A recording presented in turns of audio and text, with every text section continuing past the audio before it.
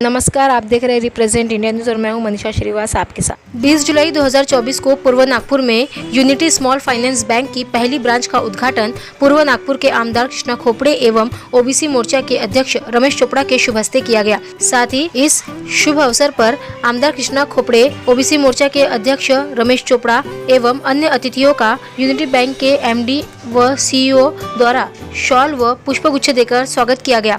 हमारे represent India news ने इस अवसर पर यूनिटी बैंक के MD व CEO इंद्रजीत कमोत्रा, आमदार कृष्णा खोपड़े व रमेश चोपड़ा से यूनिटी बैंक पर विस्तार से बात की। आइए देखते हैं हमारे रिप्रेजेंट इंडिया न्यूज़ की यह खास रिपोर्ट।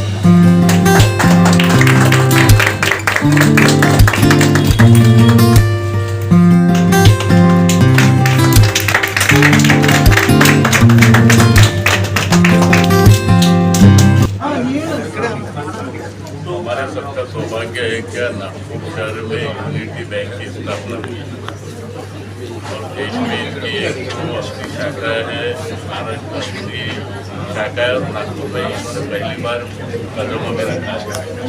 और नागपुर शहर में ले आने आज देश का मध्य भाग है, महाराष्ट्र की राजधानी है और नागपुर शहर में इस प्रकार के बैंक बड़े पैमाने पर भाव है और इसलिए धीरे धीरे करते करते आज नागपुर बैंकिंग का हब हो गया। धीरे धीरे देखो इधर सोसाइटी बैंक बड़े पैमाने पर खुली है और ये यूनिटी बैंक के माध्यम से राहत मिलेगी। छोटे मोटे वरिष्ठ नागरिक क्या मतलब उन्होंने बताया जाए और धीरे धीरे ये बैंक और बड़े हमारे में क्या है।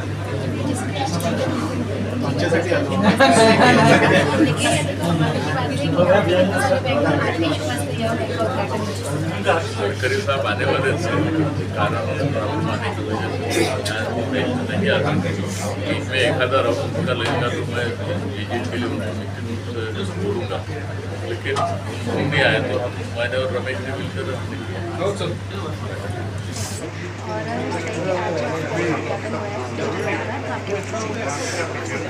मेरा नाम इंद्रजीत कमोत्रा है। मैं MD CEO यूनिटी बैंक का हूँ।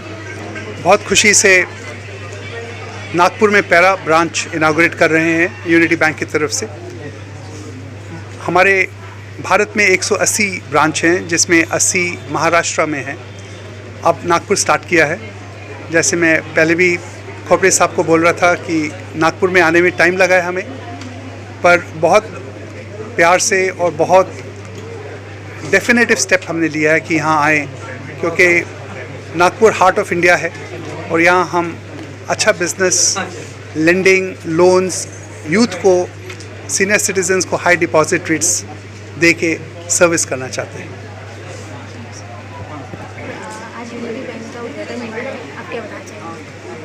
नागपुर में पहली बार यूनिटी स्मॉल फाइनेंस बैंक का उद्घाटन हुआ है। माननीय कृष्णा भाऊ खोपड़े इनके हस्ते। माननीय नितिन जी गडकरी ये इस उद्घाटन के लिए आने वाले थे, परंतु कुछ कारणवश तो वो नहीं आ पाए, परंतु उन्होंने अपनी शुभेच्छा इस बैंक के लिए भेजी है। उन्होंने कहा है कि आने वाले समय में मैं ज़रूर यहाँ पर विजिट करूँगा। और इस बैंक का फ़ायदा निश्चित रूप से पूर्व नागपुर और नागपुर के नागरिकों को होगा। इसका नाम ही यूनिटी स्मॉल फाइनेंस बैंक है। छोटे जो उद्योजक है उनको निश्चित रूप से इसका फ़ायदा मिलेगा। और आज डिजिटलाइज आ गई है, बैंकिंग हो गई है, इसलिए कम समय में उनको अगर लोन लेना है, और उन्होंने विशेषकर वृद्धों के लिए जो सीनियर सिटीजन्स हैं उनके लिए 9.5% पर एनम ऐसा इंटरेस्ट रेट रखा है। तो निश्चित रूप से एक अच्छी बात है कि हमारे जो सीनियर सिटीजन्स हैं उनके लिए एक अच्छी योजना इनके पास में है। वैसे ही युवाओं के लिए इनके पास योजना है। तो उन्होंने अभी उनके डायरेक्टर जो है, मैनेजिंग डायरेक्टर, उन्होंने कहा कि जिस प्रकार से उन्होंने बताया, तो निश्चित रूप से ये बैंक का फ़ायदा हमारे नागपुर जनों को होगा। और मैं इस बैंक के आज ओपनिंग के अवसर पर उनकी शुभकामनाएं देता हूँ। धन्यवाद। बैंक कंपनी का आज नागपुर में पहली शाखा का विधिवत रूप से हम सबके हाथ से उद्घाटन हुआ, ऐसा सर्वप्रथम मैं जाहिर करता हूँ। आज का यह कार्यक्रम गडकरी साहब के शुभ से होने वाला था।